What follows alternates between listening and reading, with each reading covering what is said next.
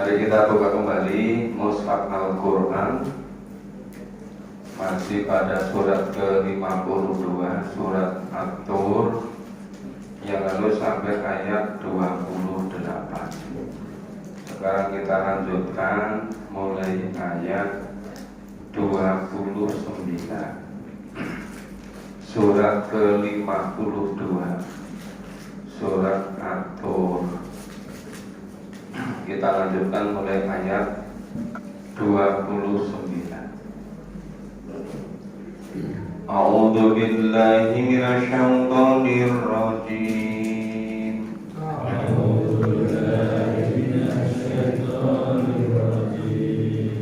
Bismillahirrahmanirrahim.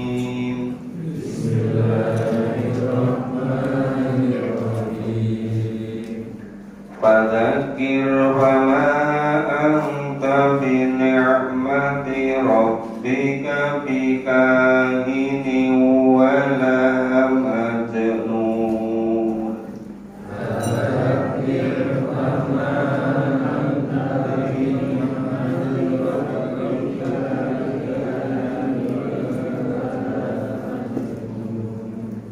am yaquluna syairun natarabbasu bihi raibal manun.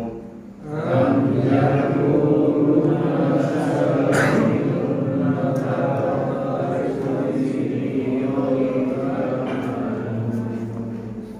Qul tarabbasu wa inni ma'akum minal mutarabbisin.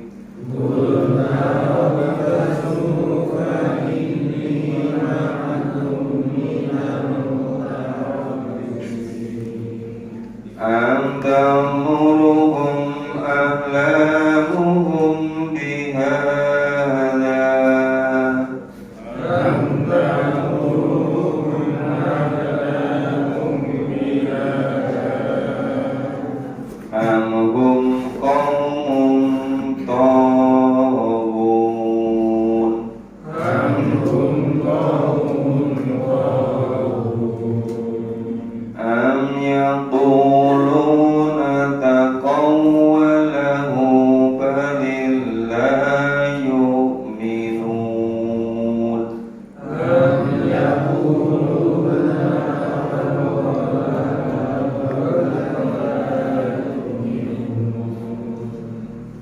فَلْيَأْتُوا بِحَدِيثٍ مِثْلِهِ إِنْ كَانُوا صَادِقِينَ.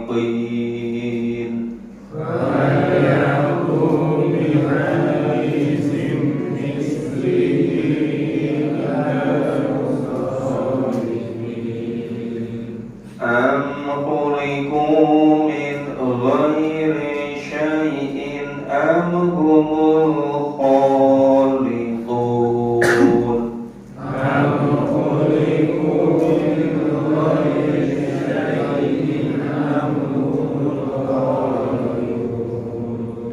أَمْ خَلَقُوا السَّمَاوَاتِ وَالْأَرْضَ بَل لَّا يُوقِنُونَ.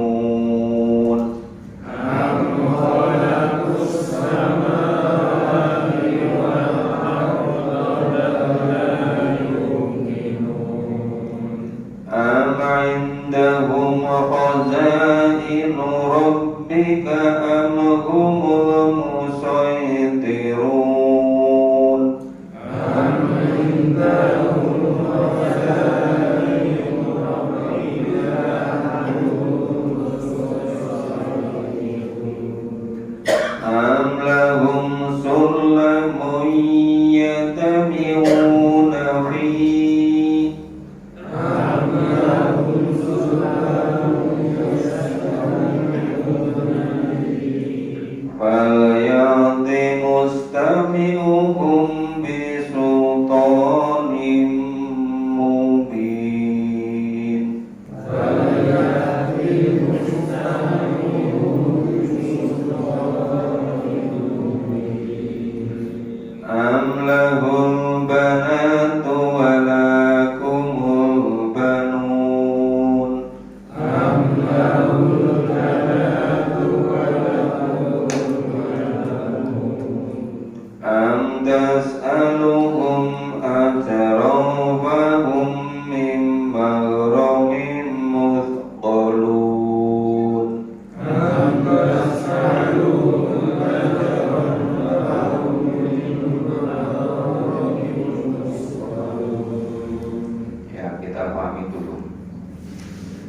ketika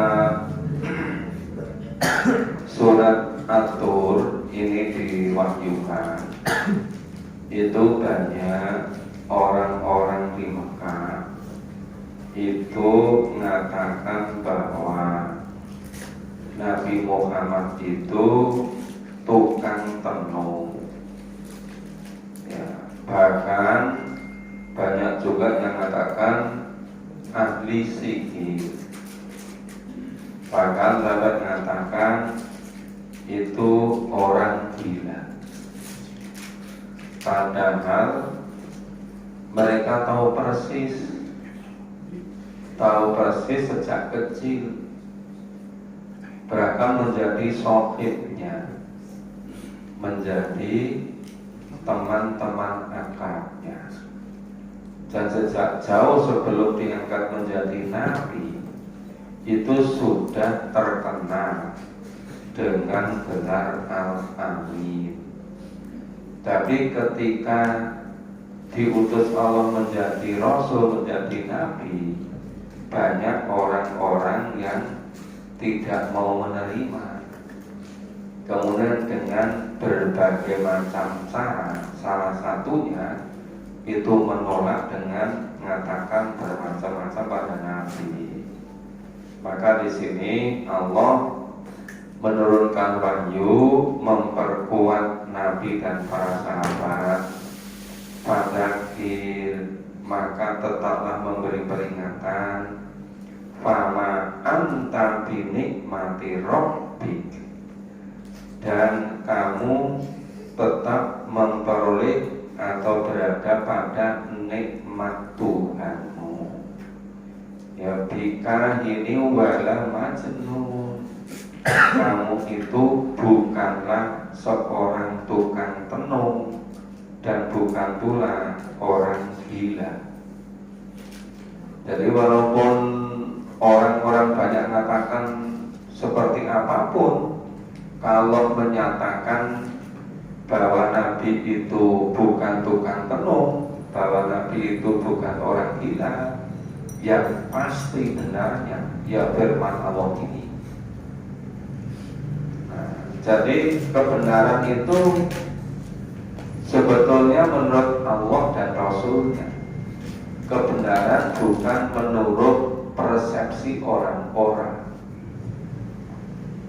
Nah, persoalannya yang terjadi di masyarakat seringkali yang dianggap benar itu yang dikatakan orang-orang.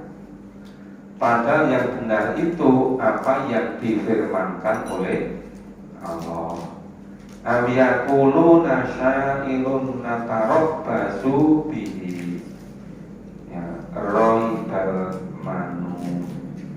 Bahkan mereka siapa ini? Mereka orang-orang yang tidak mau beriman. Ada di antara mereka kelompok dari orang-orang kafir, dari orang-orang musyrik, itu mengatakan bahwa Nabi adalah seorang penyair. Ya, sa'irun natarabbasu bihi. Bahkan coba kami tunggu mengharapkan apa? Mengharapkan raibal manun, ya, supaya terjadi kecelakaan yang menimpa. Jadi banyak di antara mereka tidak senang pada Nabi, mengatakan Nabi sebagai apa itu penyair, seorang ahli syair, dan yang ditunggu-tunggu kecelakaan menimpa Nabi. Qul tarabbasu fa inni ma'akum minal mutarabbisi. Maka Allah perintahkan kepada Nabi, katakanlah, ya sudah, tunggulah. Maka sesungguhnya aku pun termasuk orang-orang yang menunggu pula bersama kamu. Coba sama-sama ditunggu, nanti yang benar yang mana? Oh, mereka tidak mau menerima kenabian Nabi Muhammad. Mereka tidak mau menerima kebenaran yang dibawa oleh Nabi. Nah, Malah mereka katakan Nabi itu penyair, dan mereka mengharapkan terjadi kecelakaan pada diri Nabi. Mereka menunggu itu. Dan Allah beritahu pada Nabi, katakan pada mereka, tunggulah. Ya sama-sama ditunggu.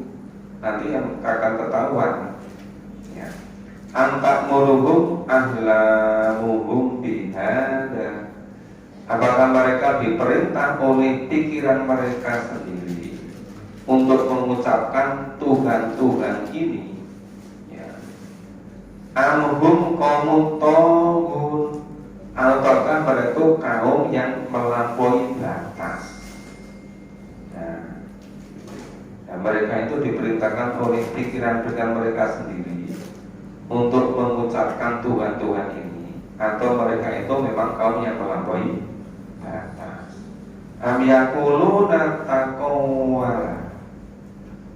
Ataukah mereka mengatakan dia Muhammad itu membuat-buatnya. Talayu minun. Sebenarnya mereka itu ya memang tidak beriman. Ya, mereka mengatakan wahyu yang diterima oleh Nabi dari Allah melalui malaikat itu dianggap buatan Nabi Muhammad sendiri. Ya, mereka tidak yakin. Terus falyatu bi haditsin mithli. Ya, maka hendaklah mereka itu mendatangkan yang semisal Al-Qur'an bimithli. Coba kalau Quran itu, kalau wahyu itu buatan Nabi, bahwa itu bukan wahyu dari Allah, coba mereka suruh membuat yang seperti Al-Qur'an. Ingkan musodikin, jika mereka orang-orang yang benar, maka mereka mengatakan bahwa yang dibawa Nabi itu buatan Nabi sendiri, itu wahyu dari Allah. Nah, makanya mereka yang tidak percaya tadi, yang mengatakan bahwa itu buatan Nabi, itu ditantang. Coba mereka suruh membuat yang seperti Al-Quran itu. Ya. Nah, mereka jika orang yang benar, coba bisa membuat apa tidak? Amkhuliku min ghairi syai'in amhumul khaliqun. Apakah mereka itu menciptakan? Apakah mereka itu diciptakan tanpa sesuatu pun, ataukah mereka yang menciptakan diri mereka sendiri? Mereka itu membuat diri sendiri aja nggak bisa. Mereka itu diciptakan oleh Allah. Am khalaqus samawati wal ardh. Ataukah mereka telah menciptakan langit dan bumi? Ya. Bal la yuqinun. Ya, sebenarnya mereka itu memang tidak beriman. Tidak mau beriman, tetapi membuat berbagai macam kata-kata, membuat berbagai macam prasangka-prasangka, membuat berbagai macam, mungkin masuk kategori fitnah. Yang mulai tadi bahwa mengatakan Nabi itu ya tukang tenung, bahwa Nabi itu orang gila, bahwa Nabi itu seorang penyair, yang mereka mengharapkan datangnya kecelakaan pada Nabi. Nah, mereka nunggu-nunggu supaya datang kecelakaan. Nah, coba sama-sama ditunggu. Ternyata tuduhan-tuduhan mereka itu sama sekali tidak ada benarnya. Sampai mereka mengatakan bahwa wahyu itu buatan Nabi sendiri. Nah, coba kalau itu buatan Nabi, mereka suruh buat seperti itu, ternyata nggak bisa membuatnya. Nah, makanya mereka itu diciptakan. Apakah mereka itu diciptakan tanpa sesuatu, apapun mereka yang menciptakan diri mereka sendiri. Kenyataannya mereka diciptakan, mereka tidak bisa membuat diri sendiri. Ataukah mereka telah menciptakan langit dan bumi, ya lebih nggak bisa lagi. Tapi mengapa mereka tetap tidak mau beriman? Am indahum khazainu rabbika am humul musaytirun. Ataukah di sisi mereka ada perbendaharaan Tuhanmu, atau mereka lah yang berkuasa? Mereka juga tidak banyak memiliki perbendaharaan, mereka juga tidak berkuasa. Bahwa untuk sementara mereka itu jadi kepala suku, pemimpin kayaknya, ya itu sangat sebentar. Dan itu dibandingkan kekayaan Allah sama sekali nggak bisa. Itu ya sangat sedikit. Tapi mereka sudah merasa sangat kaya dan merasa berkuasa. Gitu. Amlahum sulamu yastami'una fi. Ataukah mereka mempunyai tangga, memiliki tangga ke langit untuk mendengarkan, ya dengan tangga itu hal-hal yang gaib, untuk mencuri-curi dengar wahyu yang dibacakan oleh malaikat kepada para nabi, para rasul. Nah, mereka membuat tangga ke langit mau mencuri-curi dengar itu. Falyati mustami'uhum bi sultanin mubin. Maka hendaklah orang yang mendengarkan di antara mereka mendatangkan suatu keterangan yang nyata. Padahal setelah Nabi Muhammad itu nggak ada lagi mereka bisa mencuri-curi dengar. Setan pun udah nggak bisa mencuri-curi dengar, itu dilempar pakai pecahan-pecahan bintang, sehingga tidak akan bisa lagi mencuri-curi dengar dari wahyu itu. Amlahul banatu walakumul banun. Ini yang lain lagi. Jadi ataukah mereka menganggap bahwa anak-anak perempuan itu untuk Allah, dan anak-anak laki-laki untuk mereka sendiri. Mereka menganggap malaikat itu perempuan, malaikat itu anak-anak Tuhan. Menghina sekali mereka itu. Jadi menganggap yang anak berguna itu laki-laki, itu dianggap anak mereka, dan anak perempuan dianggap anak Tuhan. Itu semuanya sama sekali nggak ada betulnya. Itu hanya pikiran-pikiran mereka, pakaian mereka. Antas aluhum ajarong fahum mimmal gharomi musqalun. Ataukah kamu meminta upah kepada mereka sehingga mereka dibebani dengan hutang? Ya, Nabi tidak minta upah. Nabi tidak minta upah kepada makhluk, kepada orang. Nabi itu hanya mengharapkan mereka semua mau beriman. Itu yang diharapkan Nabi. Masalah balasan itu sepenuhnya dari Allah. Jadi Nabi tidak menginginkan upah atau balasan yang berupa materi. Yang diharapkan Nabi, mereka mau beriman. Jadi menganggap bahwa ngira nanti kalau Nabi itu pengikutnya banyak, lama-lama pengaruh mereka, tokoh-tokoh mereka nanti kehilangan pengikut. Khawatir kehilangan pengikut. Dikira Nabi itu ingin memperoleh upah yang bersifat duniawi, biar mendapat pengaruh, biar mudah memiliki kekuasaan. Bukan itu. Nabi semata-mata melaksanakan tugas kenabian supaya orang-orang itu beriman gitu. Tapi mereka salah sangka, dikira Nabi itu minta upah yang berupa materi.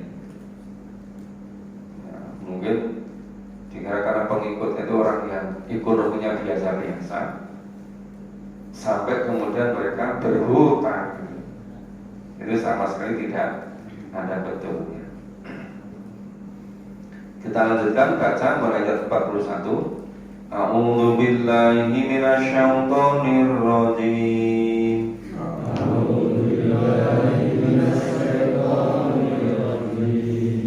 Am 'indahumul ghaibu fahuwa yaktubun.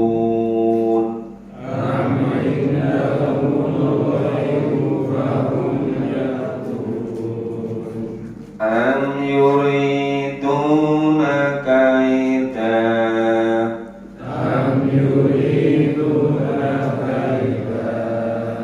Walladzina kafaru humul makidun.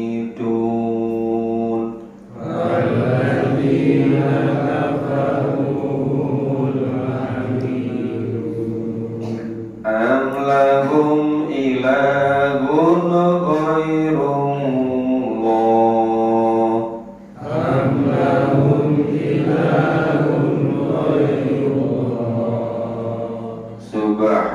Subhanallahi amma yushrikun.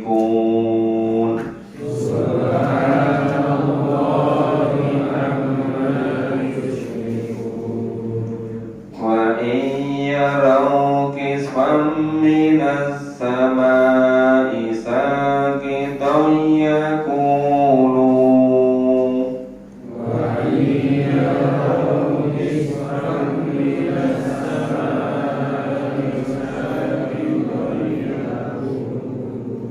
Yaqulu sahabum markum.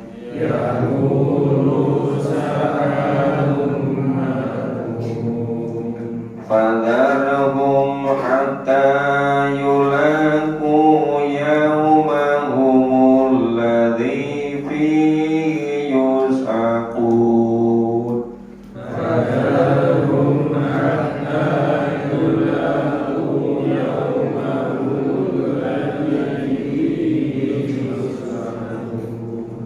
Nah, juga berikutnya am indahum ghaib. Apakah ada pada mereka pengetahuan tentang yang ghaib? Fahum yaktubun, lalu mereka menuliskannya. Ya, mereka sama sekali nggak ngerti yang ghaib. Nabi aja kalau nggak diberitahu oleh Allah juga tidak mengetahui. Am yuriduna kaidah, atau apakah mereka hendak melakukan tipu daya? Kaidah itu tipu daya. Falladzina kafaru humul makidun. Maka orang-orang yang kafir itu merekalah yang kena tipu daya. Makanya orang-orang kafir itu mau membuat tipu daya, tapi malah terbalik, merekalah yang kena tipu daya. Am lahum ilahun ghairullah, ataukah mereka mempunyai Tuhan selain Allah? Subhanallahi amma yusyrikun. Maha suci Allah dari apa yang mereka persekutukan. Jadi Allah maha suci dari itu semua, sama sekali tidak bisa dipersekutukan dengan apapun, dengan siapapun. Nah, tadi malam waktu pengajian kalam, Profesor Muhammad mengatakan namanya Tuhan itu yang paling dicintai, ya kan? Kalau misalnya orang lebih mencintai pekerjaan daripada akhirat, daripada Allah dan Rasul, itu dianggap mempertuhankan pekerjaan. Ada orang karena bekerja sampai nggak sempat melaksanakan tuntunan Allah dan Rasul. Gimana melaksanakan? Mengerti aja tidak, karena tidak mau memahami tuntunan Allah dan Rasul. Nah, kalau orang terlalu cinta pada dunia, kemudian merendahkan akhirat, itu juga bisa dianggap mempertuhankan dunia atau menjual akhiratnya dengan dunia. Orang yang terlalu cinta pada harta itu bisa masuk kategori mempertuhankan harta. Nah, ini memang kadang-kadang itu juga ini merasa kok ya agak aneh. Anehnya gimana? Orang ketika menyiapkan hidup di dunia, pada itu sangat sebentar itu membuat tempat tinggal sampai beberapa miliar, bukan hanya ratusan juta, sampai miliaran itu untuk menyiapkan bikin rumah di dunia. Padahal di dunia itu sangat sebentar. Nah, hidup yang sebenarnya itu besok di akhirat. Tapi kenapa seringkali untuk menyiapkan istana di akhirat itu kok awal? Ya kan? Padahal ya yang hidup selamanya itu besok di akhirat. Makanya kalau kita misalnya mengeluarkan zakat, infak, sedekah, wakaf, ya, itu bagian dari ibadah yang insya Allah dengan itu besok dibuatkan rumah, dibuatkan istana di surga. Nah, masih banyak yang terbalik-balik kan. Ketika untuk duniawi sepertinya berapapun merasa senang, bangga. Tapi untuk akhirat, untuk akhirat itu juga jangan banyak-banyak. Nah, ukurannya apa banyak sedikit itu? Nah, itu sangat subjektif. Seharusnya kalau yakin betul itu memang besok di akhirat, mestinya paling tidak ya sebagian itu diperuntukkan untuk akhirat itu, sehingga ada keseimbangan, sehingga sebagian nyiapkan untuk dunia, sebagian nyiapkan untuk istana besok di akhirat. Saya kadang juga perhatikan orang dari muda bekerja siang malam lembur-lembur, tapi karena penghasilannya nggak gitu besar ya pas-pasan. Ketika umur sudah 56 tahun, 60 tahun baru bikin rumah yang bagus itu. Ketika muda belum bisa buat rumah yang bagus. Ketika umur sudah 60, 65 baru bikin rumah yang sangat bagus. Nanti berapa tahun ya sudah ganti alam, ditinggal. Padahal hidup yang selama-lamanya sebenarnya besok di akhirat. Coba seandainya sebagian itu diperuntukkan untuk rumah di surga besok, kan seharusnya begitu kan? Nah, itu bagi yang sudah memahami Al-Quran, Al-Quran dan Sunnah itu bisa begitu. Tapi kebanyakan tidak memahami, itu hampir semuanya digunakan untuk duniawi. Maka ini tadi mereka itu apa ya? Itu saya sebutkan amlahu ilahun ghairu subhanallahi amma yusyrikun. Wa yaro kis fam minas sama isa itu yaqulu salahum marku. Jika mereka melihat sebagian dari langit itu apa? Misalnya gugur. Jika mereka melihat sebagian dari langit itu gugur, runtuh, mereka akan mengatakan itu adalah awan yang bertindih-tindih. Itu ketika apa ya, proses alam ya, itu bisa terjadi, apalagi ketika menjelang kiamat.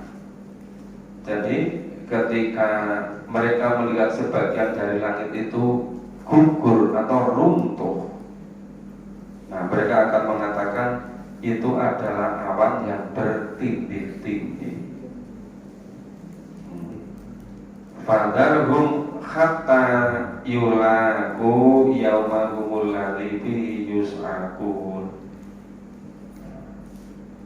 Maka biarkanlah mereka hingga mereka menemui hari yang dijanjikan, Dari yang dijanjikan itu apa? Yang kepastian itu datangnya kiamat. Kalau kiamat sugro datangnya ajal. Kalau kiamat kubro ya habis seluruh dunia seisinya. Nah itu namanya yang dijanjikan Allah kepada mereka, yang pada hari itu mereka dibinasakan. Ya semuanya akan binasa. Nah binasa nanti dibangkitkan lagi semua, ya jadi baru semua lagi semua. Nah kemudian harus mempertanggungjawabkan apa yang diperbuat ketika di dunia ini. Kita selesaikan, masih ada 4 ya. A'udzu billahi minasyaitonir rajim. A'udzu billahi minasyaitonir rajim. Yauma la yughni anhum kaiduhum syai'a. Yauma la yughni anhum kaiduhum syai'a. Wala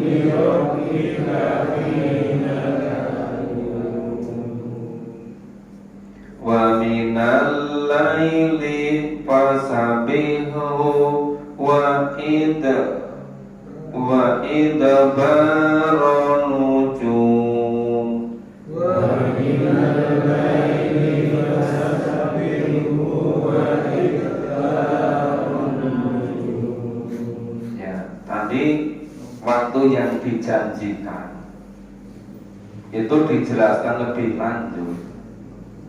Yauma la yughni anhum kaiduhum syai'a, yaitu hari ketika tidak berguna bagi mereka sama sekali, sedikit pun tidak berguna ya, tipu daya mereka. Jadi sudah tidak akan bisa sama sekali membuat tipu daya.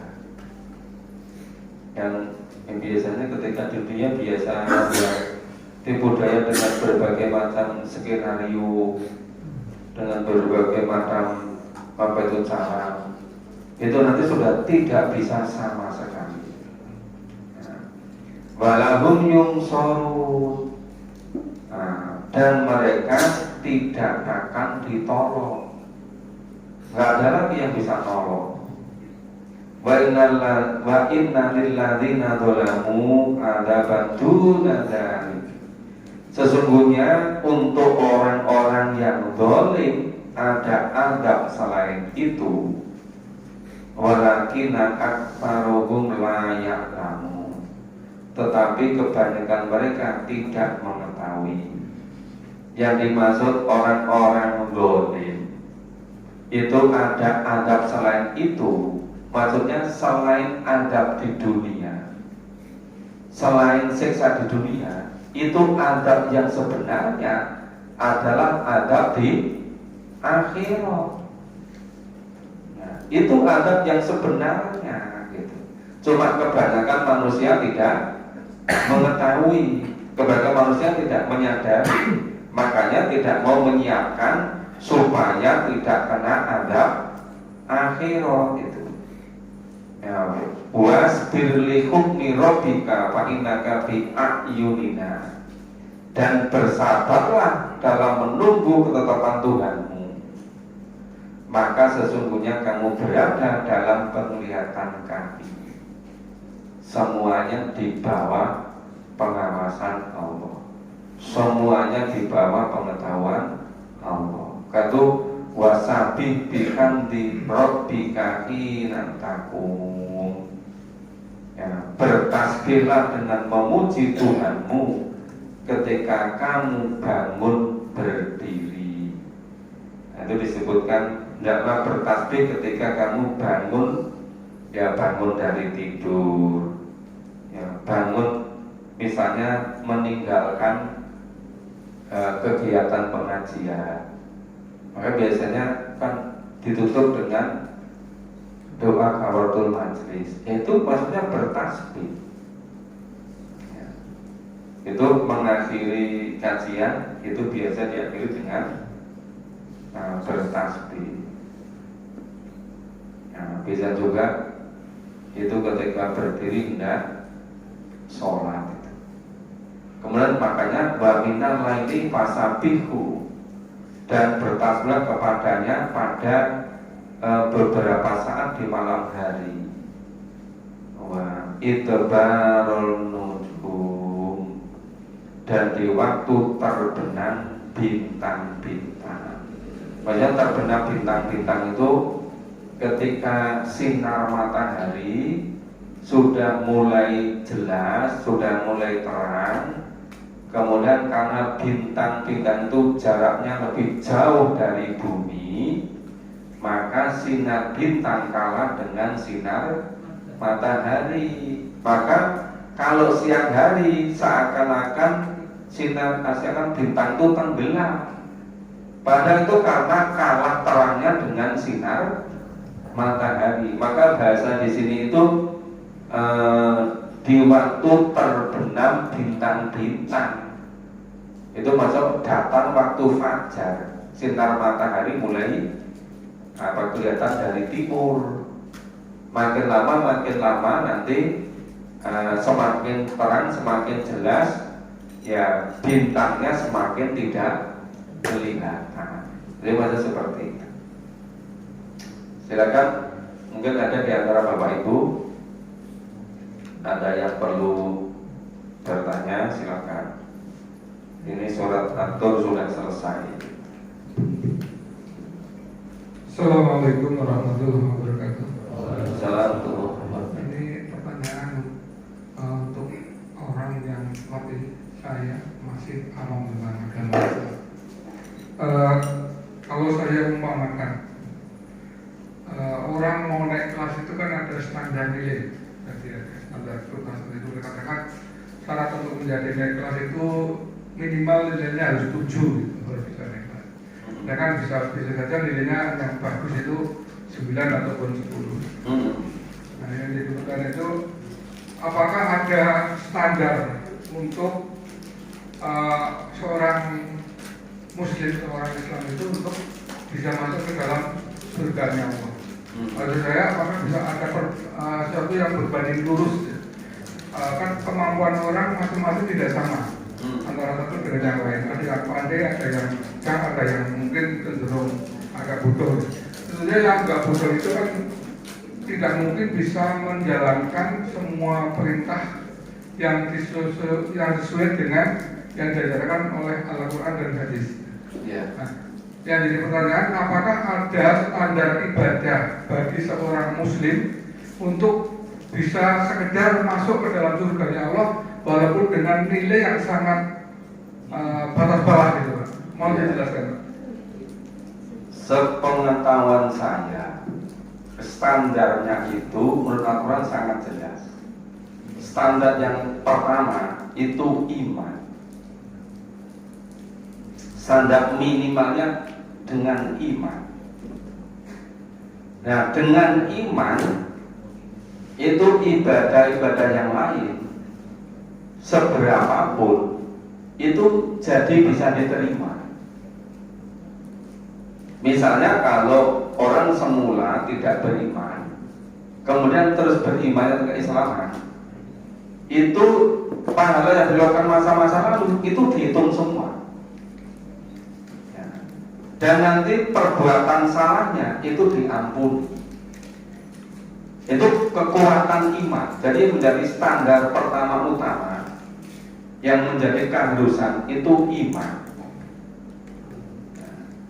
Nah, setelah iman baru ada amal soleh.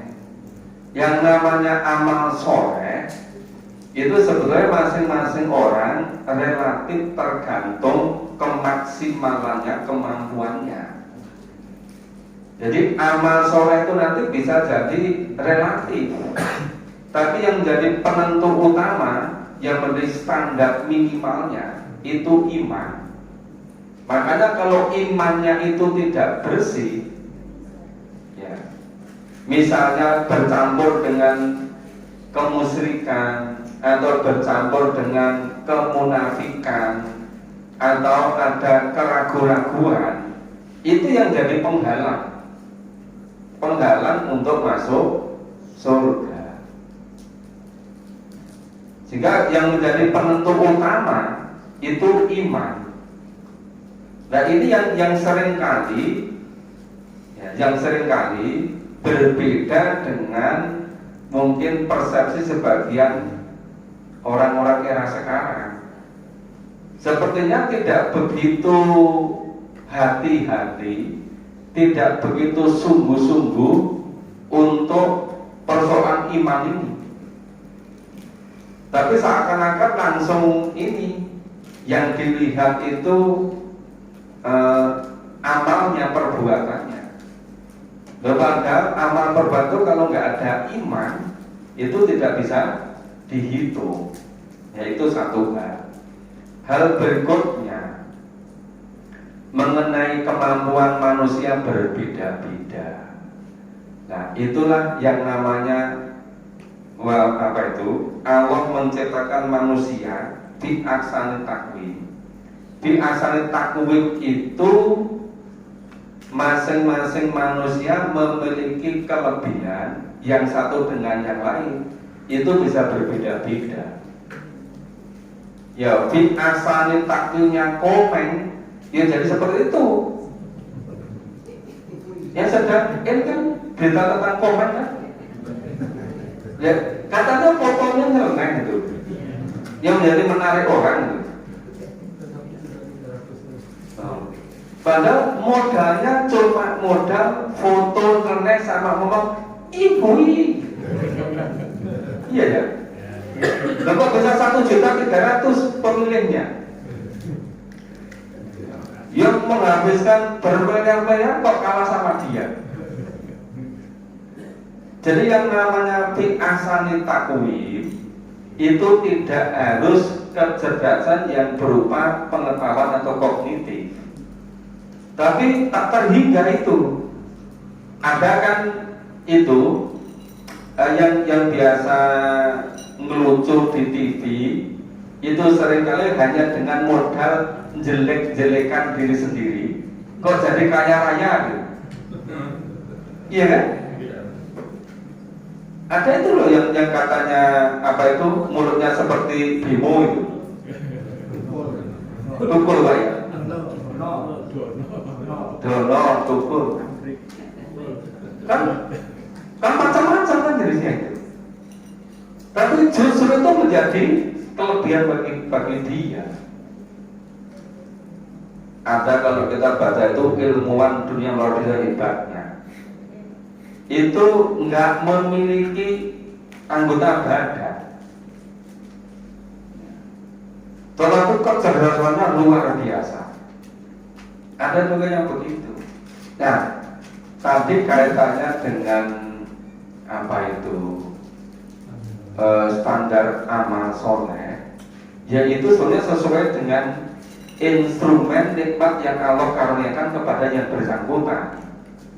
maka terletak seberapa maksimal untuk menggunakan sesuai dengan tuntunan Allah. Kalau dengan kata lain, itulah yang namanya bersyukur. Nah, semakin banyak bersyukur, dari situ surganya semakin tinggi gitu. Jadi kalau kemaksimalan itu tidak semata-mata dinilai dari segi kuantitasnya, tetapi bisa juga dari segi kualitas atau kemaksimalan dalam beramal itu gitu. Nah, tadi kalau misalnya ini yang memiliki kecerdasan di atas rata-rata atau yang termasuk tinggi gitu, dengan yang standar dan pas standar, ya tentu masing-masing berbeda standar untuk amalnya. Ya sama juga misalnya dengan kesungguh-sungguhannya Allah melimpahkan berbagai rezeki pada yang bersangkutan. Nah, kemudian kalau misalnya ada yang penghasilannya 1 bulan taruh 100 juta, itu kalau mengeluarkan 3 juta kan 3%. Ada yang penghasilannya 1 bulan 5 juta, mungkin 5 juta 10 juta ya, 10 juta, tapi dia mengeluarkannya 500.000. Itu persentasenya tinggi mana? Nah, tinggi yang 500.000 kan? Makanya Islam itu menunjukkan lebih baik amalnya banyak dan yang sungguh-sungguh daripada sedikit tidak sungguh-sungguh. Iya kan? Wes sedikit nggak sungguh-sungguh itu kan? Nah, jadi saya sampaikan amal itu lebih baik banyak yang ikhlas daripada sedikit tidak. Iya betul. Nonton itu pun dangu. Ya memang udah lama. Dan coba kalau nggak diungkap lagi kan bisa lupa gitu kan. Nah tapi yang pokok begini, saya kira ini tadi surat At-Tur itu termasuk surat Makkiyah. Sebetulnya isinya itu yang disentuh itu memang masalah keimanan. Nah, makanya isinya macam-macam banyak sekali, tapi semuanya itu betul-betul kaitannya dengan keimanan. Padahal kami sampaikan yang menjadi penentu standar utama itu sebetulnya keimanan. Keimanan baru amal gitu. Nah seringkali yang keimanan itu nggak betul diperhatikan, hanya yang dilihat langsung mengenai amal-amal berikutnya gitu. Padahal seharusnya iman itu dulu gitu. Itu begitu. Ada yang lain? Monggo Pak Bud. Assalamualaikum warahmatullahi wabarakatuh. Jadi dari standar Allah itu menentukan hamba-Nya berdasarkan keimanan. Kalau saya teringat pada jamaah kami pada waktu pendaftaran anak startup, itu sekarang cerita dulu kelihatan menarik, mudah, namun akan kita menurutku sulit juga. Ketika beliau mendaftarkan anaknya, ketika dia wawancara, kebetulan mampir ke tempat saya, bahwa saya wawancara jam 9 sampai jam 10, maka dia berada di masjid dan jam 6 tersebut. Dan beliau bilang itu adalah sebagai baik-baik adalah Allah. Di masjid cuma apa? Dia sholat 2 rakaat lalu dia zikir. Dan itu terbukti dari ketiga anaknya itu berhasil. Namun kalau kita melihat mereka, karena keberhasilan kok berbeda itu Pak. Gimana? Menyikapi peristiwa macam seperti itu mudah. Namun ternyata kita melakukan hal yang sama, tapi hasilnya berbeda. Mohon diberi sama. Terima kasih. Yang namanya manusia itu memiliki variabel yang tak terhingga. Jadi manusia itu yang mempengaruhi, yang dipengaruhi itu variabelnya itu semakin banyak, berbeda dengan selain manusia. Misalnya kalau jenis makhluk misalnya hewan tertentu, dilatih tertentu, nanti begitu. Tapi kalau manusia itu variabelnya itu jauh lebih banyak. Yang seringkali orang itu kalau menilai, melihat atau mengevaluasi itu masih banyak variabel yang lain yang tertinggal. Mungkin kelihatannya ya sekedar ketika misalnya mau saksi, mau ujian, wudhu, sholat, kemudian zikir.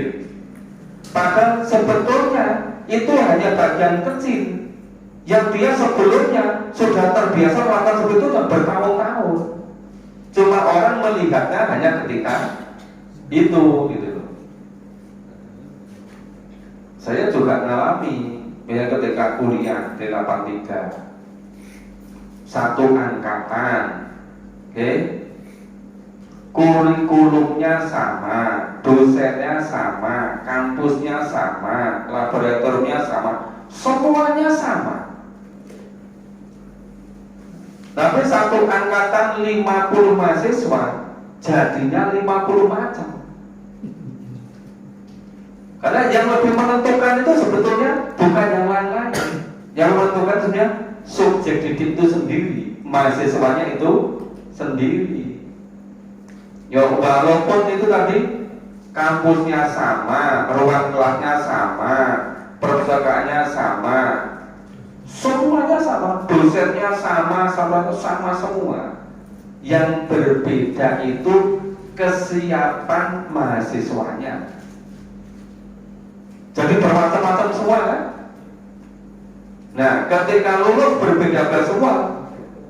Ada yang lulusnya ketika itu belum ada sekarang. Yang paling cepat dulu itu 5 tahun. Itu paling cepat. Ada yang lulus 5 tahun paling cepat. Ada yang lulusnya 7 tahun. Ada yang 8 tahun gitu kan. Nah, padahal dosennya sama, kurikulumnya sama, kampusnya sama. Terus ketika lulus, ada yang belum lulus sudah ditawari pekerjaan. Ada yang sudah lulus 10 tahun, pekerjaannya masih mencari pekerjaan. Nah, ya memang itu. Walaupun yang lain, kenapa? Karena masih terlalu banyak variabel, komponen unsur yang tidak dipertimbangkan. Coba misalnya sehari semalam 24 jam itu kira-kira yang digunakan untuk kuliah mungkin tidak ada 10 jam, ya kan? Terus yang 14 jam tiap hari itu digunakan untuk apa? Padahal 14 jam itu lebih banyak daripada 10 jam tiap harinya. Itu kalau sehari. Kalau seminggu 7 kali 14 jam. Terus kalau 1 bulan, kalau 1 tahun, itu waktunya 5 tahun kuliahnya. Iya kan? Dan ini yang seringkali kurang diperhitungkan. Ya, sama kan ketika kelihatannya tesnya sama, tes tulis, terus ini terus apa berikutnya wawancara dan soal itu. Nah itu kan ketika terjadi hanya pada ketika itu. Nah, tetapi yang lain-lain, ya cuma orang itu seringkali gampangnya pancen takdiri bido gitu. Pancen nasibnya bido itu gue gampang ukara Pak itu. Gue menyederhanakan kian gampang disimpul gitu. Nek wis pancen takdiri bido ki rumusane wis rampung gitu. Terus sama kan misalnya begini. Misalnya tahu-tahu kok sakit panas gitu. Sakit panas. Itu kalau ditanya kenapa kok panas? Ya pancen takdiri sakit. Rampung kan?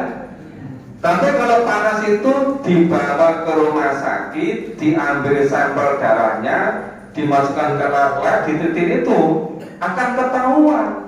Oh ternyata ini komposisi darahnya itu ada yang nggak beres. Seharusnya sekian kok jadinya sekian, menyebabkan ini. Sebab dicari terus, nanti ketemu. Nah, yang satu ini memahami takdir dengan cara diurai jadi seperti itu, yang satu nek wis takdir ya wis itu. Beda sekali kan? Ini maksudnya inilah keterbatasan kita. Kebetulan kita setiap melihat sesuatu itu karena baru sebagian kecil, sebagian besar terlupakan.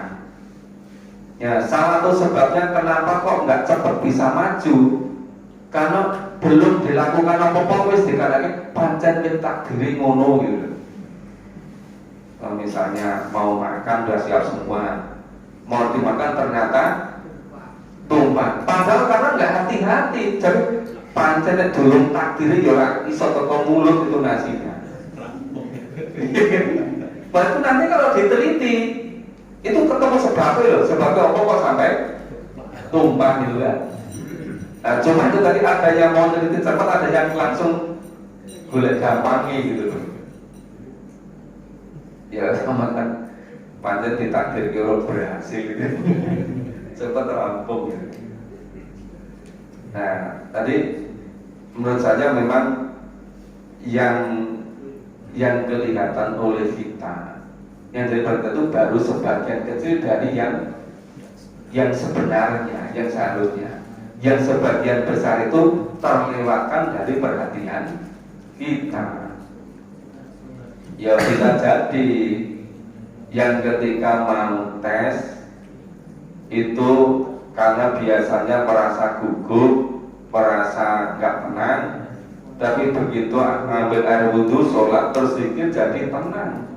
Dengan tenang itu, ya ketika dia jawab pasal itu menjadi lebih mudah diterima oleh yang mendengarkan, lebih bisa meyakinkan interviewnya, bisa jadi. Nah itu kan bisa dianu gitu, bisa dinalar, bisa diurut gitu loh. Kalau mau diteliti yang beneran. Nah sudah cukup nih Bapak Ibu. Ya, insya Allah besok pagi diteruskan di masjid kelurahan. Ya, kan besok hari Selasa. Oh, besok sore di masjid Takwa. Ya, bagi Bapak Ibu yang mau silaturahim sesekali ke masjid Takwa atau jenguk masjid Takwa sakit kayak apa yo gitu. Nah, bisa juga silaturahim udah lama nggak kesana misalnya. Ya, semoga Allah senantiasa memberikan hidayah kepada kita untuk selalu ada kesungguh-sungguhan, istiqomah untuk memahami dan melaksanakan apa yang dituntunkannya. Amin. Terima kasih. Assalamualaikum warahmatullahi wabarakatuh.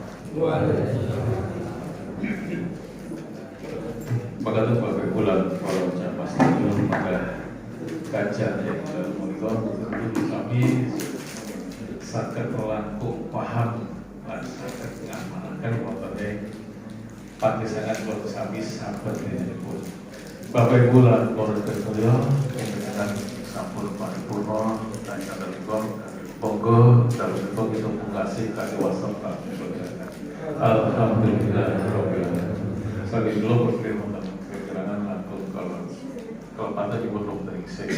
Pak Somai wassalamualaikum warahmatullahi wabarakatuh.